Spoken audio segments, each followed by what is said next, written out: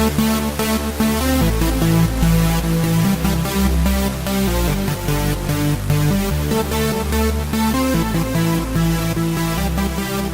in again, ladies and gentlemen, to another episode of the R&D Sports Report. My name is Dishmond, and I have missed being able to do this. It's been 3 or 4 months since I sat down here to record a podcast, but we'll see if I still have it in me. You'll notice that obviously I didn't kick it to Riley if you've been following along with us, and that's probably going to be the case more often than not moving forward here. His schedule had changed a little bit where it makes it a little more difficult for us to be able to get together to record this. So with that being said, it'll be primarily just me. We might hear from him every so often, but also going forward, we're going to try to get a few more guests lined up, do some more interviews to be able to help discuss and help add to the conversation going on here. But as I sat down here, I think back over this time, and anyway, it's been since end of August since we've put out an episode, and really it's been a long journey since that time. A lot has happened in my life, in my family's life, and it's some ups and downs, as I'm sure most of you have experienced as well. We had recorded actually a preseason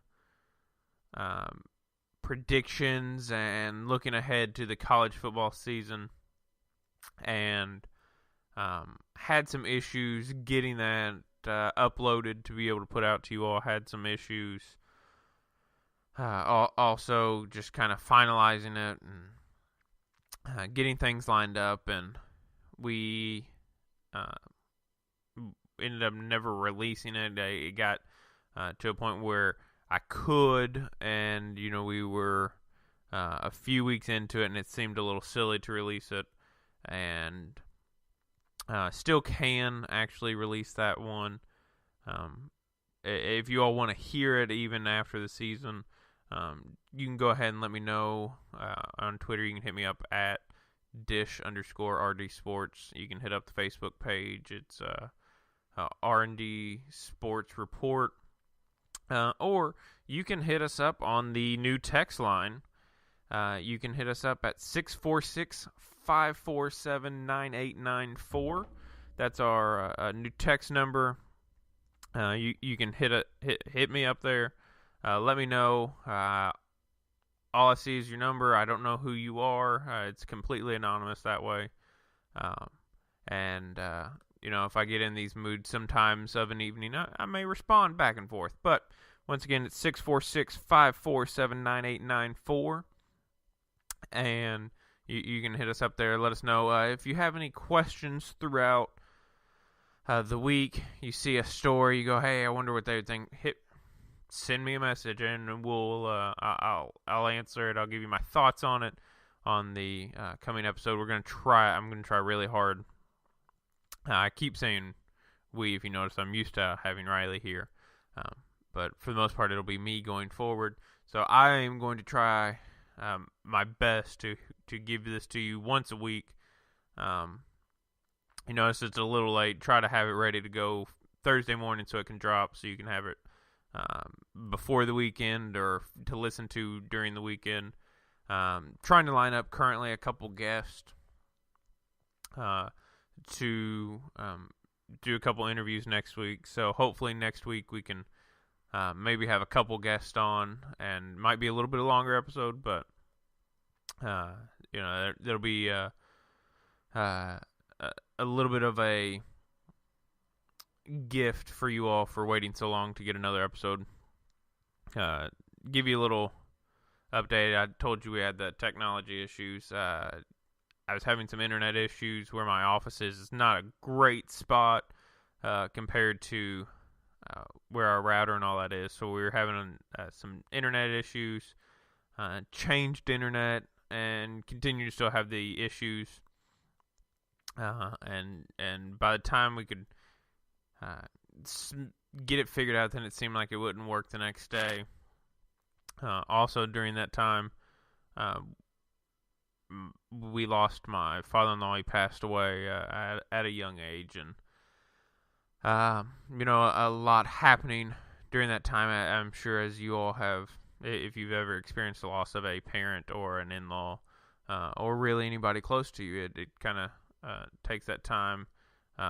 We had the funeral and just spending time with family and trying to help everyone cope with it. And so, sit down, things get busy. My son is now 10 months old, so it's a lot to do. It's a lot of undertaking. But I do apologize for the delay in between episodes.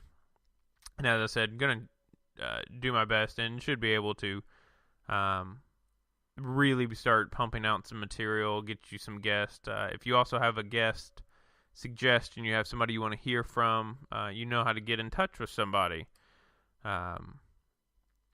You hit me up instead on Twitter, Facebook. You can email me using the podcast email. It is rdsportsreport@gmail.com. That's RD, no space there.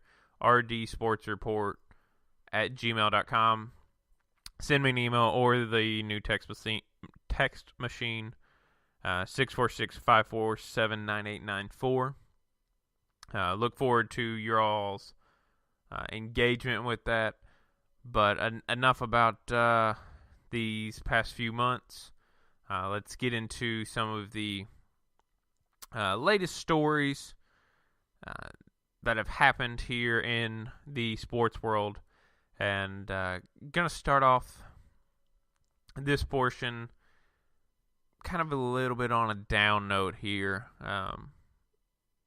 Just a day or two ago before I sat down and recorded this, you might have seen that the Purdue superfan Tyler Trent passed away from his bone cancer. That's a very sad story. I watched a video on it that ESPN had produced, College Game Day, I believe it was, and what he had been through, what he had continued to battle through, and to continue to have that passion for the Purdue Boilermakers, to have that passion for their football team, that they really embraced him. Recently, before he just passed, he was able to go to their bowl game in the Music City Bowl. I believe I saw somewhere where Jim Irsay, the owner of the Colts, flew him down on his private jet so he could watch Purdue play in the bowl game. Some of us get so down, and I think of what I was just talking about, having the issues with the internet and things like that, and things that are that petty in our lives that we can kind of just let bother us and get us down and things like that. But here is a young man, only 20 years old when he passed, that showed us, that how fragile life can be, and how quick it can go from us. We never know when our time on this earth is up. And for him, he lived it to the fullest. He in this video I watched, he was talking about, he wasn't late for the start of the semester there at Purdue for his first college semester. And the thing for me is how often I just shrug things off, because I may not feel good. Yet here he's doing chemo treatments and keeping up with his classwork, and also, keeping up with his Purdue Boilermakers. And also the thing I look at when we think about this is, how much sports helps some of us.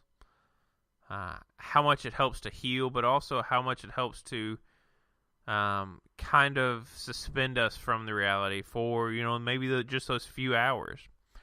Imagine just in those few hours of being able to watch a Purdue football game, he was able to escape, the pain and the difficulties that he was suffering through, going through cancer, going through chemo. But with all that said, you have to give your thoughts, your prayers to that family. 20 years old is way too young. And, a thing like cancer, I've experienced it personally in my family on multiple occasions. My wife has experienced it in her family on multiple occasions, and it's something that is just an awful disease. And hopefully one day that we will actually find a cure for the different ones to be able to combat it, so that someone at Tyler Trent's age doesn't have to go through the things he went through, and doesn't have to suffer in the ways that he had to suffer. But on another sad note, it was reported yesterday, which would have been Wednesday, January the 2nd, that Mean Gene Okerlund,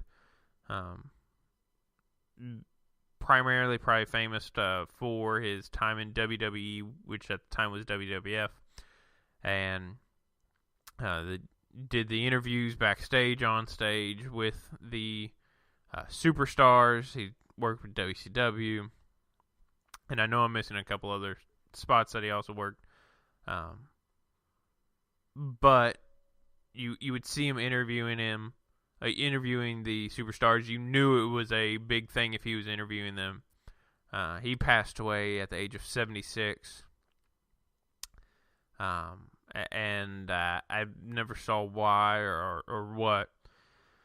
But you also have to give your thoughts and prayers to his family. If you are a wrestling fan at all, you probably know that name, Mean Gene Okerlund. If not, you may just know it, just by hearing it, by seeing maybe a video that he was in,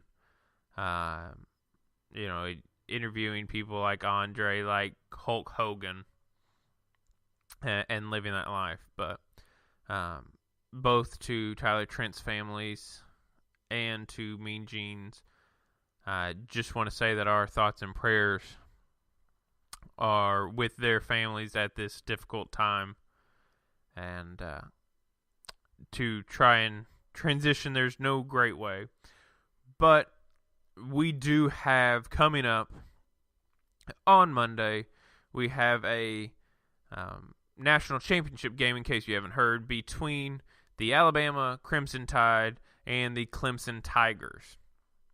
Now, 4th straight year that they have met in the college football playoffs. This year will be.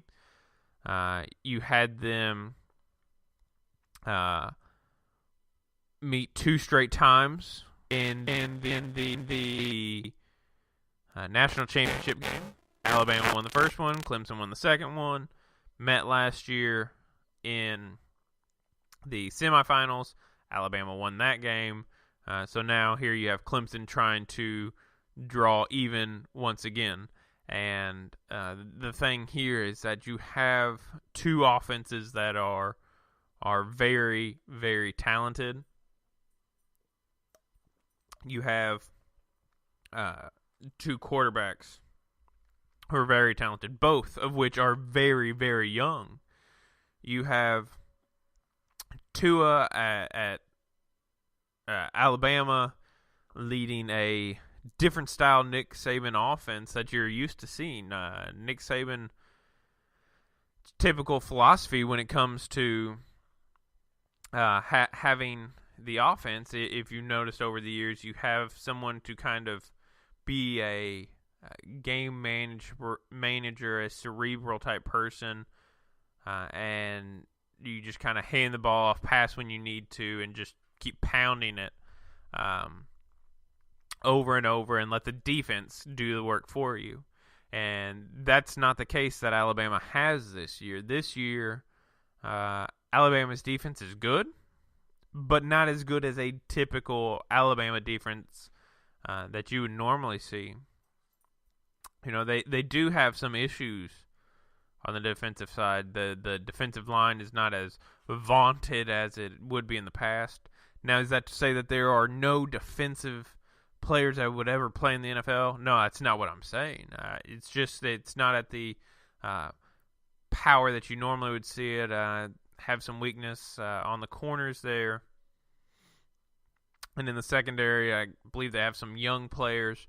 So for that defense, you'll probably see it get better throughout the years as those players get more and more experience. And you might be going, well, how much experience do they really need? You know, they've been through 14 games now.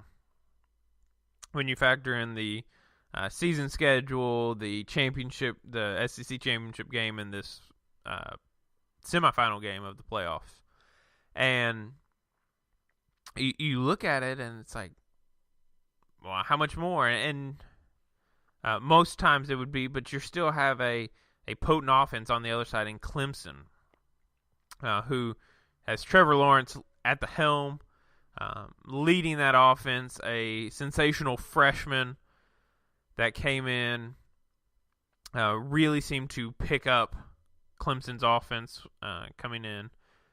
Kelly Bryant, obviously no longer there, is transferred and now will be at Missouri next year. We saw that happen earlier in the season. But either way, it was kind of coming in. You almost sense that Trevor Lawrence might be able to take over the job. He didn't win it right away. Kelly Bryant did, but everything you would kind of hear or be able to read talked about this sensational freshman. And I have to say, every time I look at Kelly Bryant, I always think of in the movie Remember the Titans when Sunshine, and I lose his name. They call him Sunshine, the quarterback there. He comes in with that long hair originally. That's all I ever think of when I see Trevor Lawrence. But you have Trevor Lawrence leading that offense, great running backs, and they've scored 40 or more points. Clemson has 8 times this year.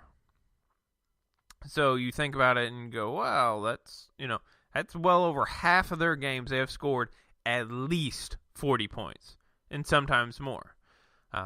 And normally you'd go, well, you would have to give it to Clemson's offense if Alabama's defense isn't as good. But you can't, because of the numbers that Alabama is putting up. These two teams are clearly the best in college football. There is no doubt, if this were still the BCS era, these two teams, I don't think you would have to argue, oh, well, it should have been Notre Dame instead of Clemson facing Alabama. It should have been Oklahoma. Any way you slice it, these are the two best teams. These have been the two best teams, as we've seen over the past 4 years. Or two of, I should say, at least. Last year, getting matched up, you obviously would only have one of them in the championship game. But these two teams are different than you would normally see, an Alabama team where it's more of just controlling the ball, controlling the clock, and just letting your defense do the work. Alabama's about putting up points this year. I believe I saw a stat saying that these two were the highest scoring teams in the country. That may not be true, but total offense, something in there, something to that effect, and feel free to correct me on anything. You can send it to the text machine on Twitter, on Facebook. Anyway, get facts right some of the times. But we have seen throughout the season that these are the two best teams. Yes, they've had some down games, but at the same time, they've had some games where they just look far superior to the other team. Last week, you had Clemson just absolutely destroy Notre Dame, and I tell you what, I watched that game with some of my wife's family as we had our final Christmas of the holiday season, and just destroyed Notre Dame. Notre Dame never looked like they were really in that game. 30-3 being the final score, and then you have the game right after it. Alabama just looks like they are going to put a shellacking on Oklahoma, but you knew it wasn't over. Oklahoma rallying back, but also falling short with Alabama winning 45-34. And when you look at this, you go, okay, well, both teams can put up points, and honestly, it's kind of a cliche, but in this point, you look at it and you say, okay, defense is literally going to win this championship. Whose defense can come up with the most stops in this game? And I look at it and go, well, is that Clemson with that vaunted defensive line that they have? A lot of pros in that front seven for Clemson. For Alabama, you don't think of it as just being this juggernaut defensive team like it has been in the past, and you've seen that a little bit this year. They have some vulnerabilities. One of them being kind of in that secondary on the boundary on the corners. Is Clemson able to expose that? Is Trevor Lawrence able to expose that and really put up the points? We saw, obviously, Oklahoma being able to put up the 34 points. And you go into this game, and last I saw that Odd Sharks, when I looked this up, it had, I think this was a couple days ago, so the number might have moved. But it's somewhere around a 6.5 point favorite for Alabama. Over under 59.5, I believe. And you look at them and go, okay, well, to me, automatically, just by thinking of it, you go, why wouldn't you take the over? Or how is that? Seems to be an easy pick there if you're talking about two potent offenses. But I think having this time, both defenses will be ready. It looks like Clemson may still be without Dexter Lawrence for the title games, still going to be suspended there. But, we saw, obviously, it didn't play a whole lot of a factor for their game against Notre Dame. And you look at that over-under, and I just think about it, and I go, the first time I saw it, I just said, why wouldn't I take the over? Like, that looks like stupid easy money. But there's a reason those buildings are so big in Vegas, and I have to think that it might end up hitting the under. You look at even that Notre Dame game, and Clemson only scored 30 points, and I say only, and some teams wish to be able to score 30 points. It seems like maybe this is kind of a trap game when you come to the over-under. I would put it lower. I might take the under on that if it's at 59.5. At the same time, it seems cliche here to say, but you also can see it going over. I can see this being an offensive duel, and in that, it's almost a push to me. I might give the edge slightly to Alabama. They have not only Tua back there, but the bevy of running backs that they have, and now having the playmakers on the outside for Tua to be able to throw to. And, if I'm looking at this, I'm thinking maybe somewhere in the range of 30 to 24 Alabama, kind of right on that, maybe just under that 6.5 point favorite. Obviously not a full touchdown favorite. But, I also kind of see it as a field goal game, and I honestly believe that this game will probably come down to the last drive. Whether it is the fact that Alabama's defense has to hold Clemson on the last drive, or Clemson scoring. But when you talk about wanting to be able to have the two best teams at the end of the season going for the national title, that's exactly what you have here with Alabama and Clemson. And I don't think there's any doubt about it. Last year, UCF went undefeated and proclaimed themselves, to be national champions. Obviously, now this year, losing to LSU in the bowl game, can't quite proclaim that when you have two undefeated teams going into the championship game. And there is a Sportsline projection model. It runs the simulations for this, and it has been some pretty made some pretty big calls. It included Auburn annihilating Purdue, Appalachian State destroying Middle Tennessee, and so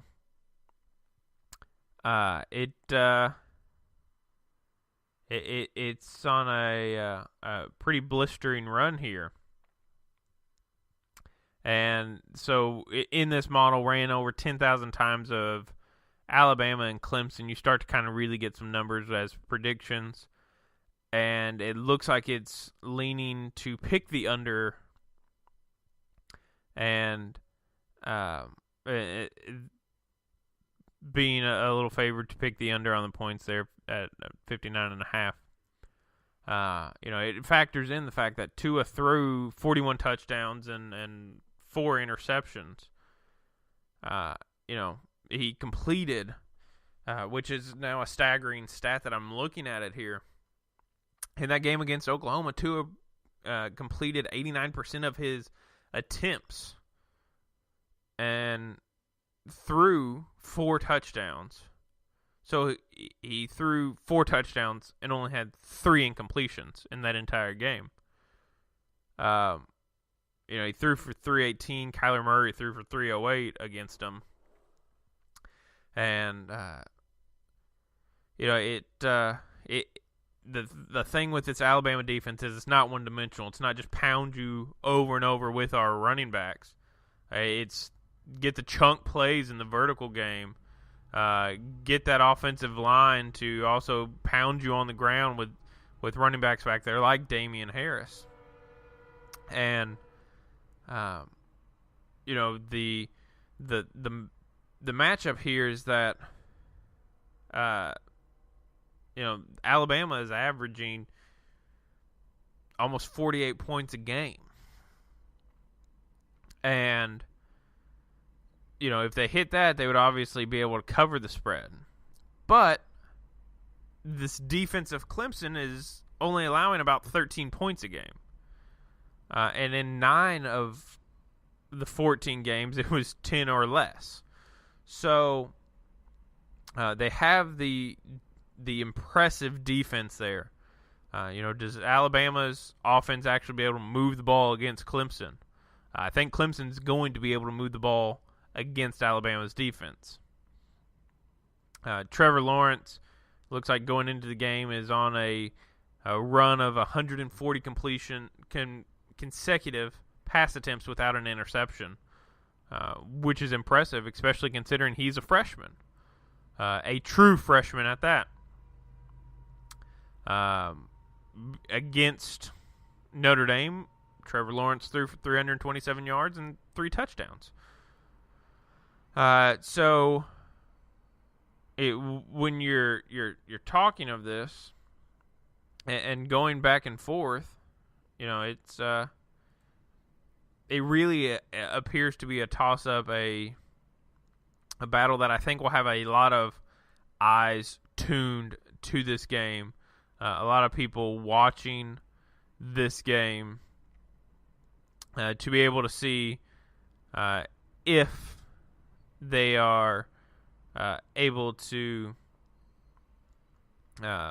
whether hit the over-under, if Alabama's able to cover the spread and really get in there and see what possibly could happen here. If I'm looking at it, I'm going to probably hit the under. If I were laying money down on it, I'd lay probably the under. And probably take Clemson to cover that 6 points. The thing for both teams, they've kind of struggled a little bit in the kicking game. For some reason, that seems to be the one thing that Alabama has always struggled with, is having a kicker and having some special teams issues there.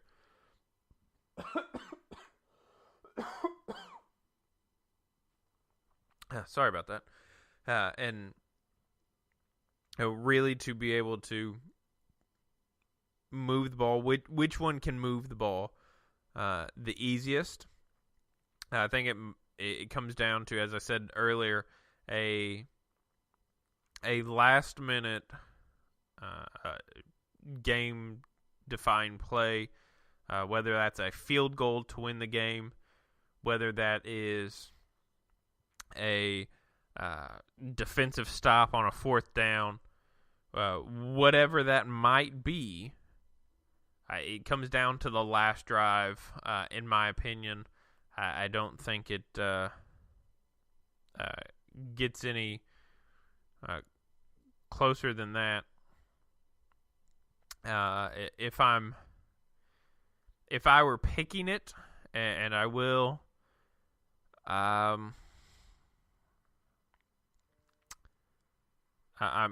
probably gonna say, let's go with 27-24, and Clemson knocks off Alabama. That's what I'll roll with. I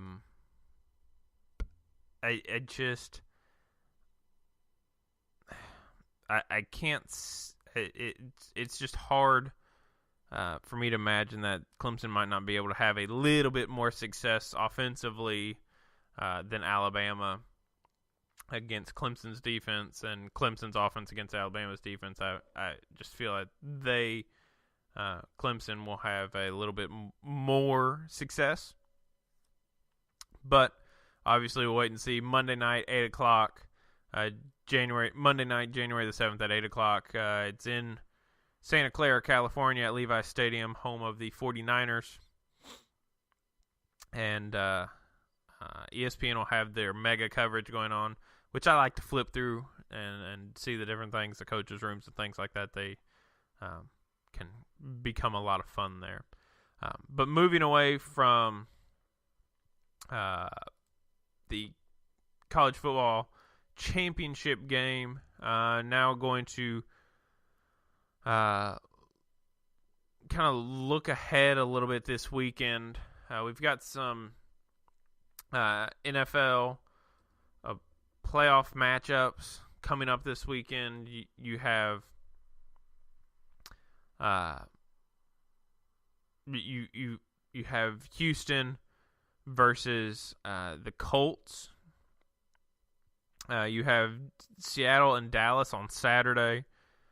You have the Chargers and the Baltimore Ravens on Sunday, and then Philadelphia, Chicago again on Sunday. The Colts, Texans, I just realized I didn't say it's on Saturday, 4:35. It's the first game. And then we'll go from there. You look at the Colts, Texans, they split the regular season between each other. The Colts seem to be kind of firing. I saw a stat earlier that the Colts allowed the least amount of sacks throughout the year, and you think back, that was an offensive line that struggled just a year ago, even 2 years ago, and seems to have really turned themselves around under first-year head coach Frank Reich. It's got off to a slow start for the Colts this year, but seems to have turned around, seems to have started to hit their stride. And the scary thing is at a 10-6 record this year, even if this is a one-and-done type ordeal for them, they're going to be back.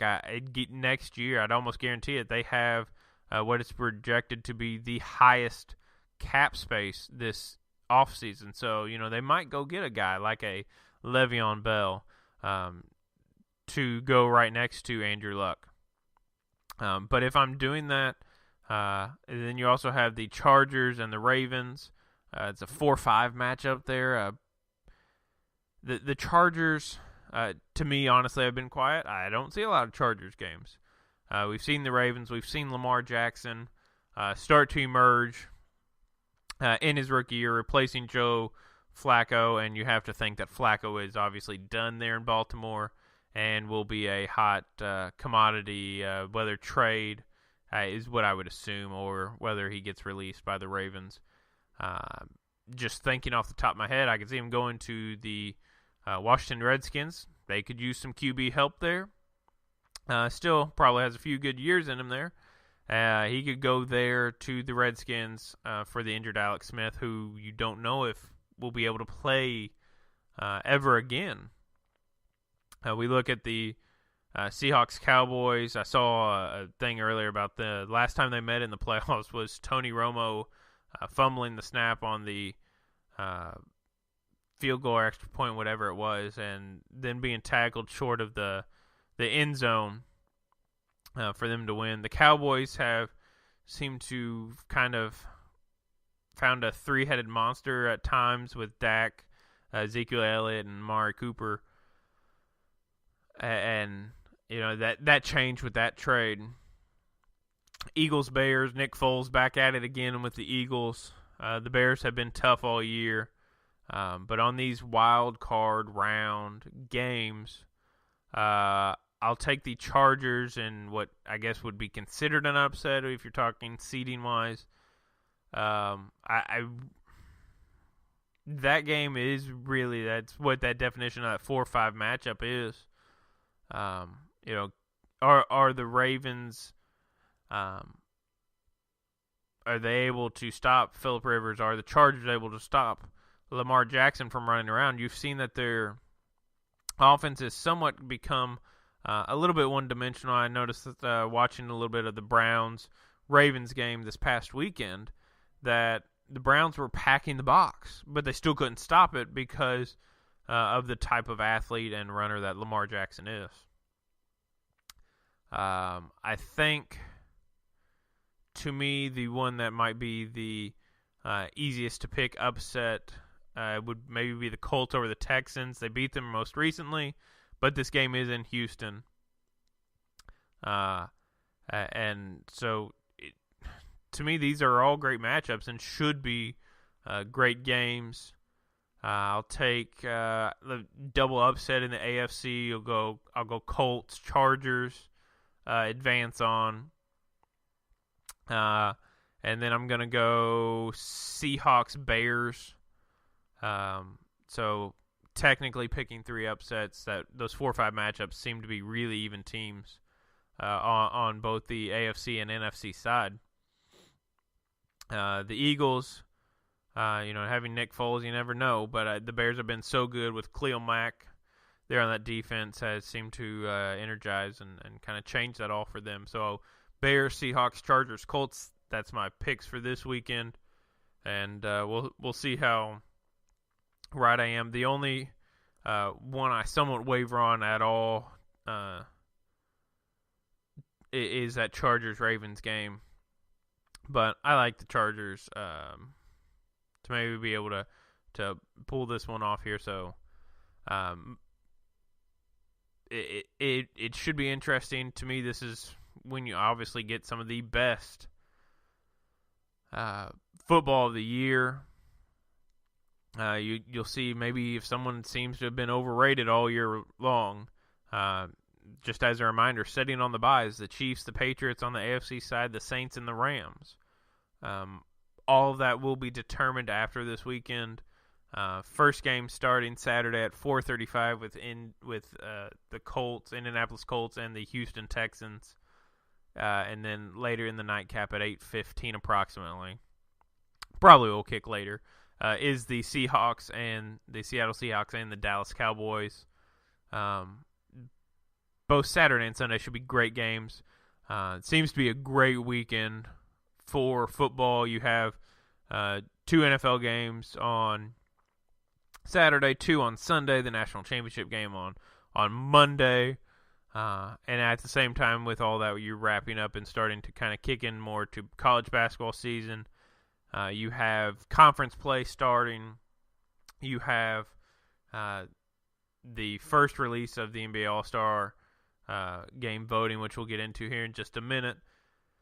Starting off, but the NFL has really been great games. I believe all year long. Which obviously, once all this gets out and done, we'll move on to draft prep and thousands of mock drafts to adorn and to read and study before April comes. So, this weekend should be packed full. If you can't get enough as a sports fan of this weekend, you might want to go to a doctor and get yourself checked out, because this weekend, you throw in there, you're going to have college basketball games throughout the weekend too, obviously with conference play starting. So if you can't get your fill of sports this weekend, you need to go get yourself checked out.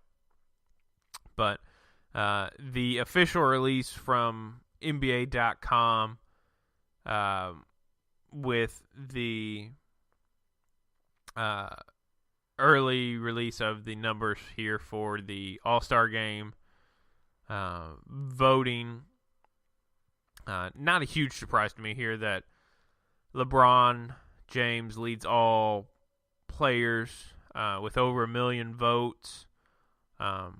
And coming in at a very distant second is Giannis Antetokounmpo.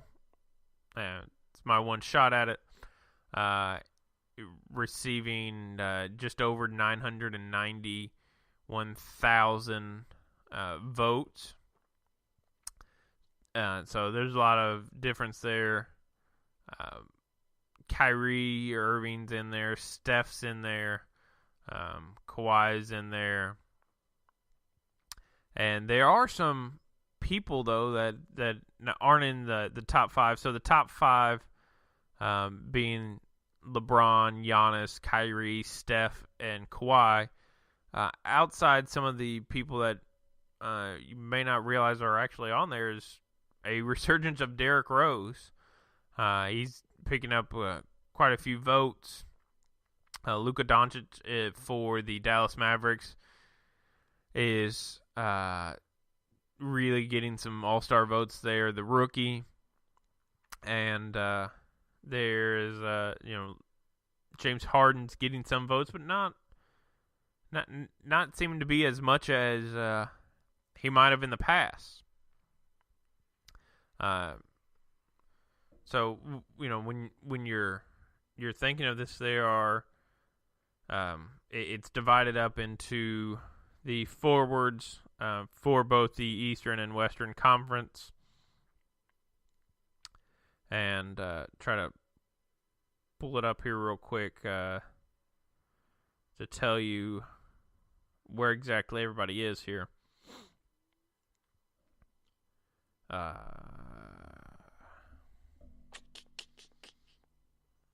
Let's see.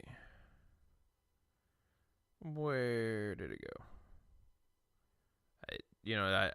I get this is great podcasting here. I had it pulled up and it went away.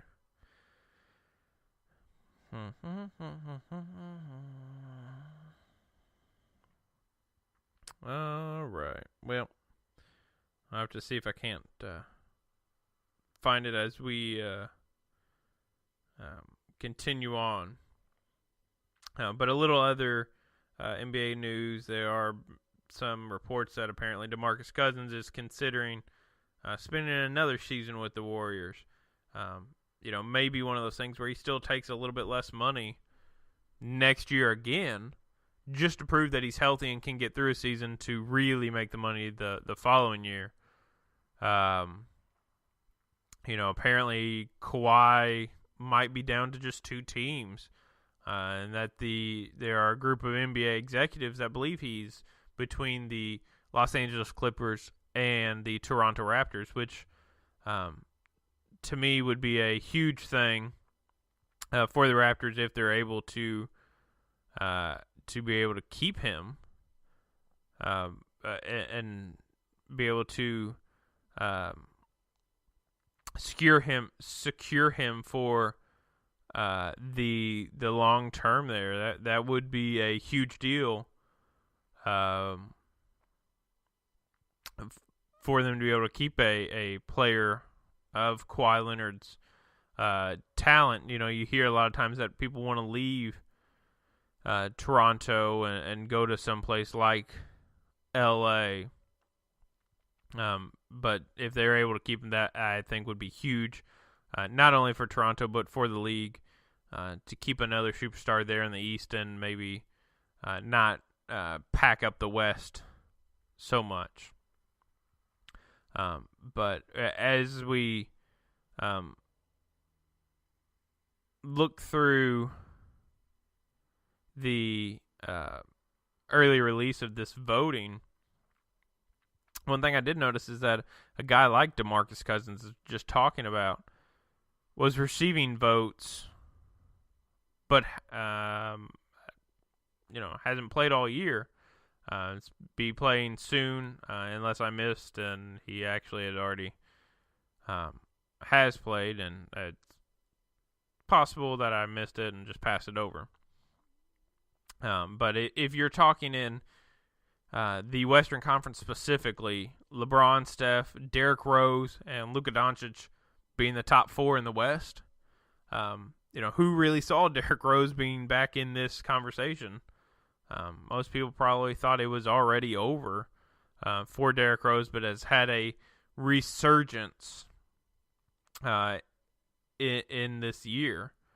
For Luka Doncic, it's his rookie year. That's impressive to be in the top 4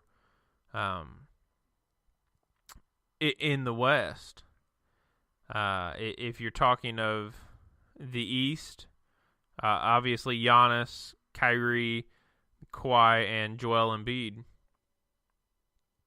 being the top 4 in that order.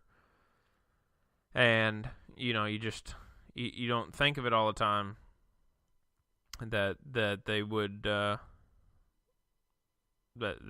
it would be them that would be there, and you might think Joel would actually be a little higher, and to me, for him to be 4th in the East seems a little bit odd.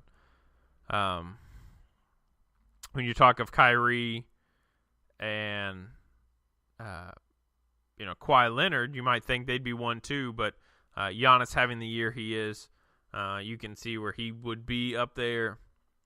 Everybody having the love for Joel, you would think they would be higher. And he still might end up higher, but at this early release, he is not. So,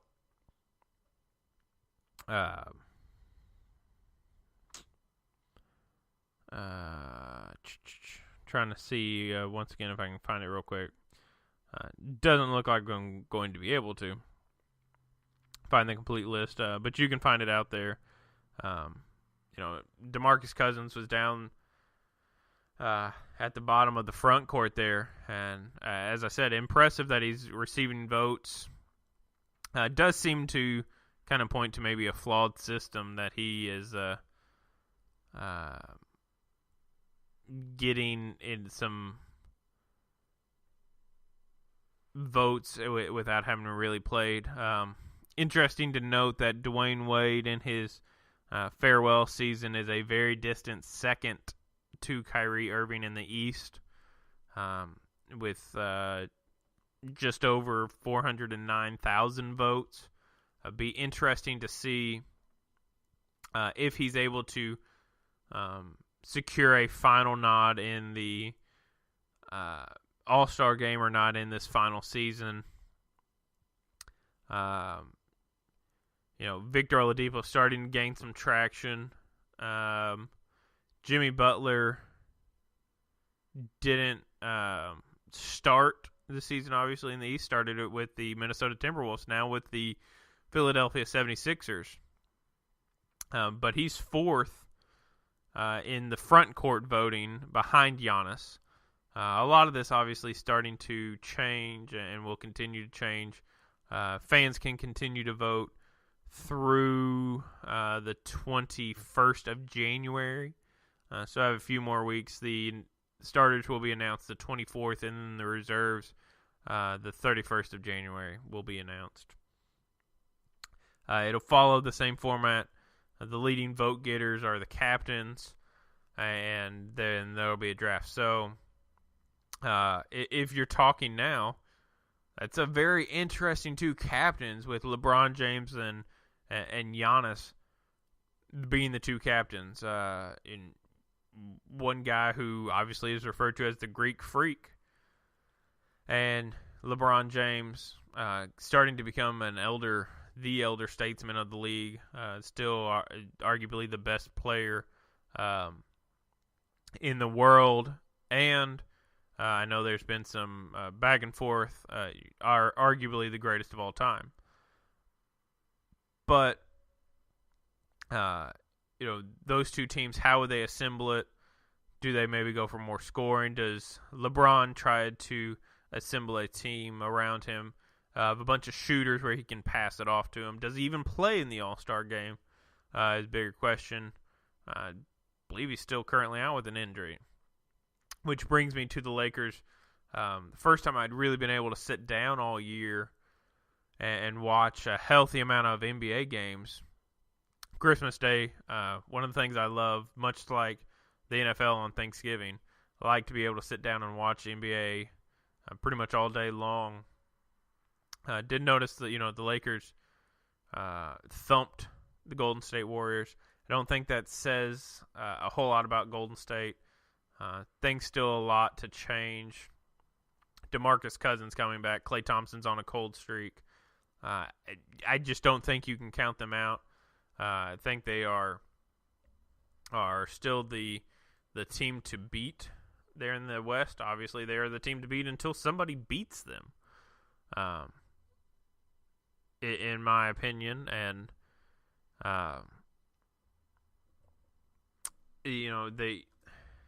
there's just so much I think going to change still for them between now and the end of the season. But as we look at the Eastern Conference, the Bucks, who would have predicted, honestly, that the Milwaukee Bucks would be right there with the Toronto Raptors, and those two teams are the top of the Eastern Conference. The Celtics at number 5 right now. I have to think a lot of that will change. between now and playoff time, and we have a lot of time between then. A lot of games to be played. Haven't even hit the All-Star break, but we're just talking about the early on All-Star voting. The Wizards, what happens now to the Wizards? John Wall being done for the season, having surgery. What happens there? What will the effect be come playoff time? Do they even make the playoffs? How far do they sink?